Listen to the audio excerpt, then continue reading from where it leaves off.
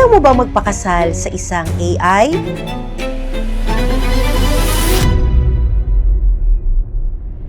Hindi ito isang sci-fi movie ha. Nangyari ito sa Japan. Sa Japan, may dalawang tao, isang babae at isang lalaki na nag-viral matapos sabihin na pinili nilang pakasalan ang AI.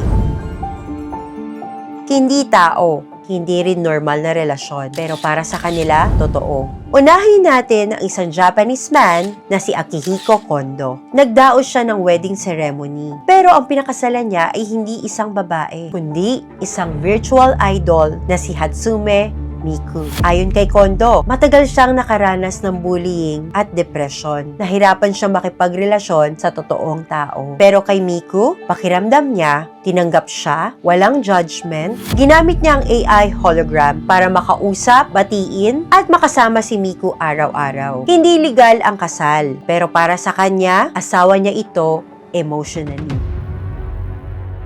Ngayon naman, pag-usapan natin ang Japanese woman na mas piliin ng AI husband kaysa sa totoong relasyon. Hindi man laging binabanggit ang pangalan niya sa social media, pero malinaw ang dahilan niya. Pagod na siya sa emotional stress, relationship trauma, expectation ng society sa babae. Sa AI partner niya, nahanap niya ang katahimikan, consistency, emotional safety. Ayon sa kanya, mas payapa ang puso ko ngayon kaysa noon. Importanteng linawin natin ang lahat.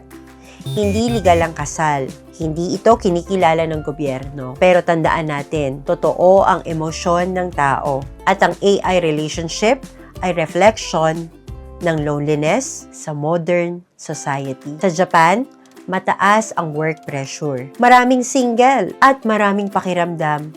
Mag-isa lang sila. Sabi nga nila, hindi lahat ng relasyon ay naghahanap ng perpekto. Minsan, ang hinahanap lang ay katahimikan. Kaya tanong ko sa'yo, kaya mo bang magpakasal sa isang AI? O pipiliin mo pa rin ang totoong tao? This is Ayumi J, sharing insights and stories. Let's explore more about Japan together. Allow me to reintroduce myself. My name is